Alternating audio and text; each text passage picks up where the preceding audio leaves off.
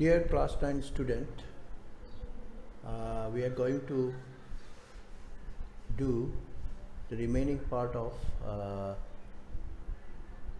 chapter 2 is matter around us pure.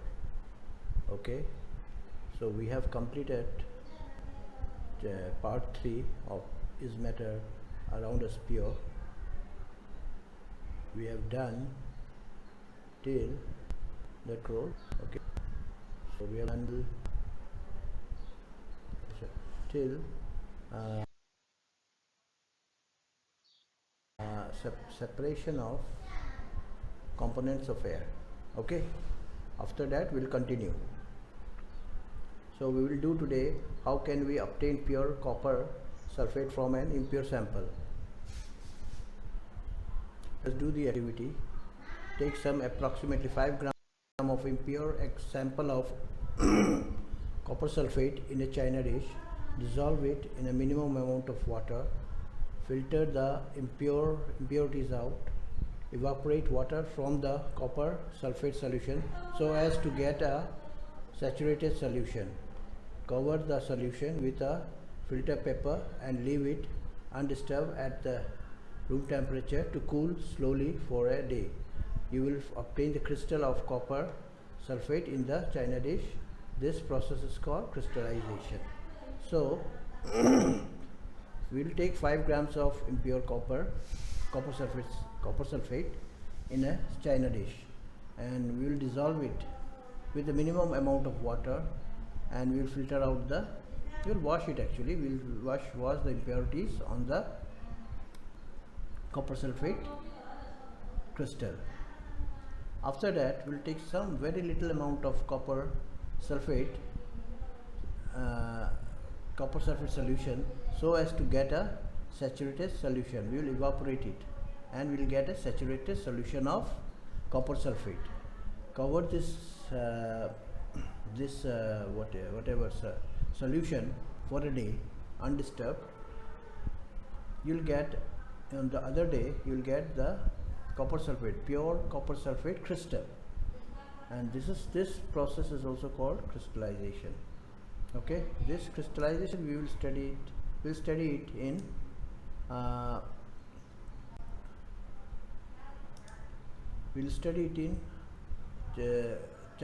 in acid bases, chapter on acid bases.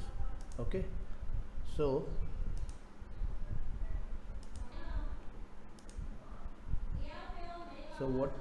what do you observe in the china dish?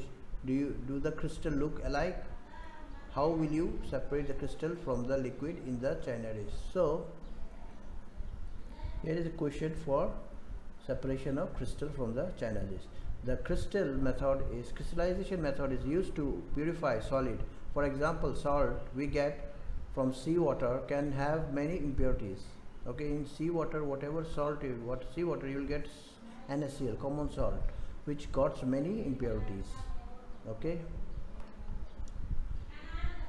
to remove these impurities, the process of crystallization is used. Crystallization is a process that separates a pure solid in the form of crystals from a solution. Crystallization technique is better than simple evaporation techniques, as some solid decompose on some like sugar may get charred on heating to dryness. When you heat the solution of sugar solution, after dryness it may get burned. Okay, so some impurities may remain dissolved in the solution even after filtrations. After filtration also it may contain some impurities. On evaporation of this solution, this may contaminate the sugar. Okay, so here is a question for you. Write down the application of crystallization technique for removal of impurities. So application, you see, this is the answer. Application: purification of salt that we get from sea water. Second, separation of crystal of alum fitkery from impure samples. Okay, thus by choosing one of the above method according to the nature of the component of mixture, we get a pure substance. Okay, thus by choosing this method we get a pure crystals. With advancement in technology, more and more methods are there, so we do not study all those things.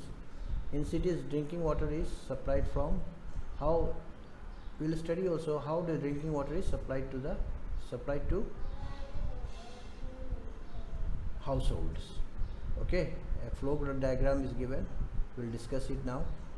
So water is taken from river to the reservoir. This is the reservoir where it is collected from the river. Okay, and it is taken to the sedimentation tank where the impurities will settle down. Some heavy impurities will settle down. After that, the water is taken to loading tank where the more sedimentation will take place, and the water will be again taken to filtration tank. This is the filtration tank.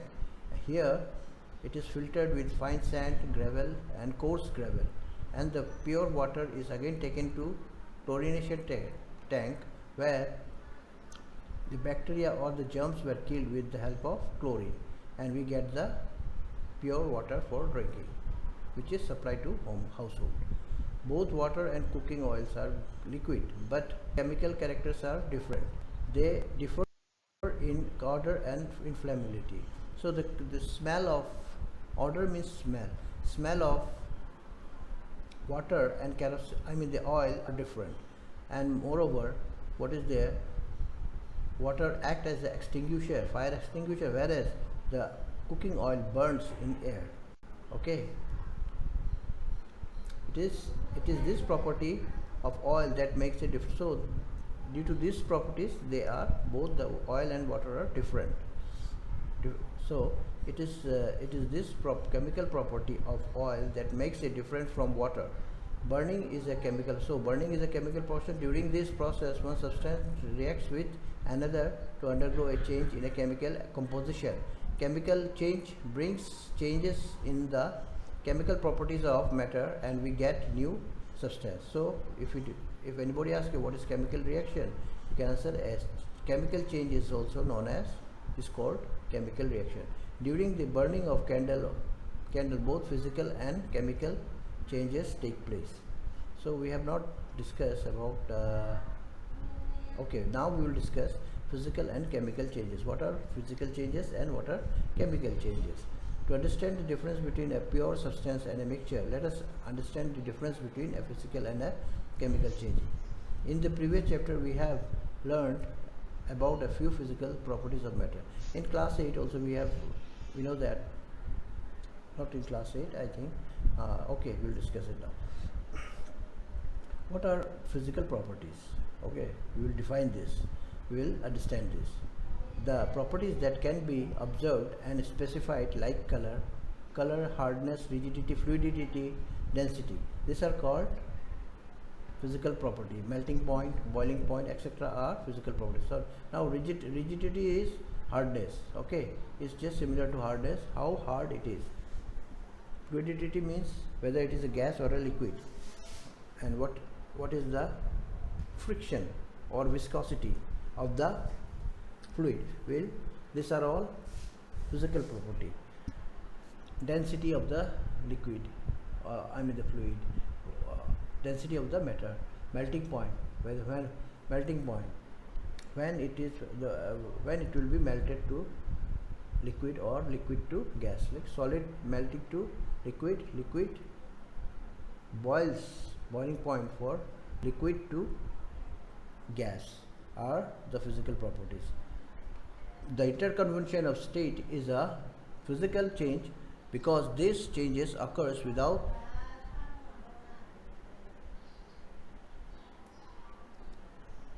a change in composition, no changes in the chemical nature of the substance. So here no chemical changes occur in physical change. Okay, although ice, water and water vapor all look different and display different physical properties, they are chemically the same. This water is chemically resisting, whether it is ice or whether it is liquid or a gas. Both water.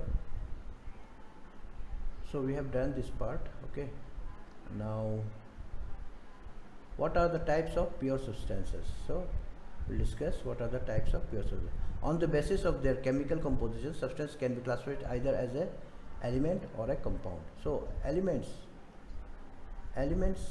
or a compound. Now we'll define elements. What is element? Element is an element is a basic form of matter that cannot be broken down into simpler substance by chemical reaction. Elements can be normally divided into metals, non-metals and metalloids. So question is raised here, what is an element? So you can define this way. So what are the properties of non-metals? Write down the properties of metals. Properties of metals you have studied. Metals and non-metals you have studied in metal, non-metals and metalloids. You have studied in previous class of class 8. So again we will repeat it. Metals usually show some or all of the following properties. They have a luster, shining. They have shining. They have silvery gray color, gold or yellow color. They conduct heat and electricity. They are ductile. Ductile means that can be drawn into wires. We can make wires out of metal. They are malleable, means they can be hammered. If we heat it, they can be converted to sheets. They are sonorous. Means they make sound when we heat it. Examples of metals are gold, silver, copper, iron, sodium, potassium, etc. Mercury is the only metal that is liquid at room temperature. Non-metals usually show some or all of the following properties. They display a variety of color, means non-metals have variety of colors. They are poor conductor. They are poor. Metals are good conductor of heat. Okay, heat and electricity. But non-metals are poor conductor of heat and electricity. They are not sonorous. They are not sonorous, lustrous or malleable. They cannot be. They don't have shining. They don't make sound when you heat it, or they cannot be. We cannot make sheet out of non-metals. Example of non-metals are hydrogen, oxygen, iodine, carbon, coal and coke, bromine or chlorine. Okay, so now what is metalloid?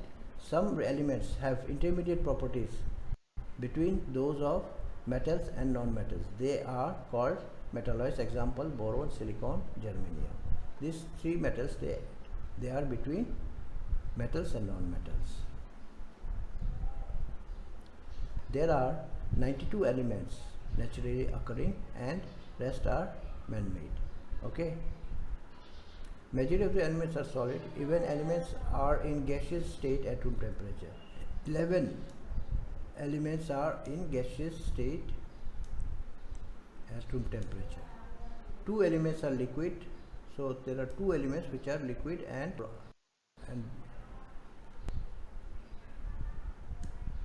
mercury and bromine. They are liquid at room temperature. Elements gallium and cesium become liquid at room temperature slightly above the room temperature, that is 303 Kelvin. Above 303 Kelvin they are liquid. Now we will define compound. What is a compound? A compound is a substance composed of 2 or more elements chemically combined with one another in a fixed proportion. For example, if we take hydrogen and oxygen, we get water. Water is a very different substance than hydrogen and oxygen. Okay, in this way we can say. Now table 2.2 gives the difference between mixture and compound. You have to go through it. Just memorize this one. We have already discussed everything about it. You go through this one. And matters, there is a summary of the matters. You go through this chart. Okay, you'll get the summary. And whatever we have learned, you can see it in the what you have learned. You will get some definitions also. You will get some short notes on it. Okay. So we have completed the discussion on this chapter. Thank you very much. Okay, one more thing. We'll do the in-text question and question answers in the next session. Thank you very much for today.